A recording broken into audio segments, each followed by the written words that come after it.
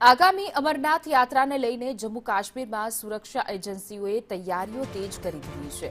ઉધમપુર જિલ્લાના Ramnagar railway station પર government railway police દ્વારા એક વ્યાપક મલ્ટી એજન્સી મોક ડ્રીલનું આયોજન કરવામાં આવ્યું. યાત્રાળુઓની સુરક્ષા અને કોઈપણ આપાતકાલીન પરિસ્થિતિમાં ઝડપી પ્રતિસાદ સુનિશ્ચિત કરવા માટે આ અભિયાન હાથ ધરાયો હતો.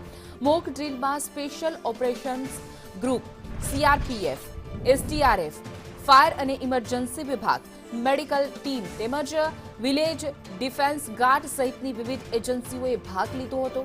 ઉધમપુર જીઆરપીના એસપીના જણાવ્યા અનુસાર આવા સંયુક્ત અભિયાનથી વિવિધ વિભાગો વચ્ચે વધુ સારું સંકલન અને કાર્યક્ષમતા વિકસે છે. તેમણે જણાવ્યું કે આરપીએફ અને જીઆરપી પહેલેથી જ સુરક્ષા વ્યવસ્થામાં તૈનાત છે અને યાત્રાળુઓની સલામતી માટે તમામ જરૂરી વ્યવસ્થાઓ કરવામાં આવી રહી છે. સુરક્ષા એજન્સીઓએ દેશભરના શ્રદ્ધાળુઓનું અમરનાથ યાત્રા માટે સ્વાગત પણ કર્યું છે.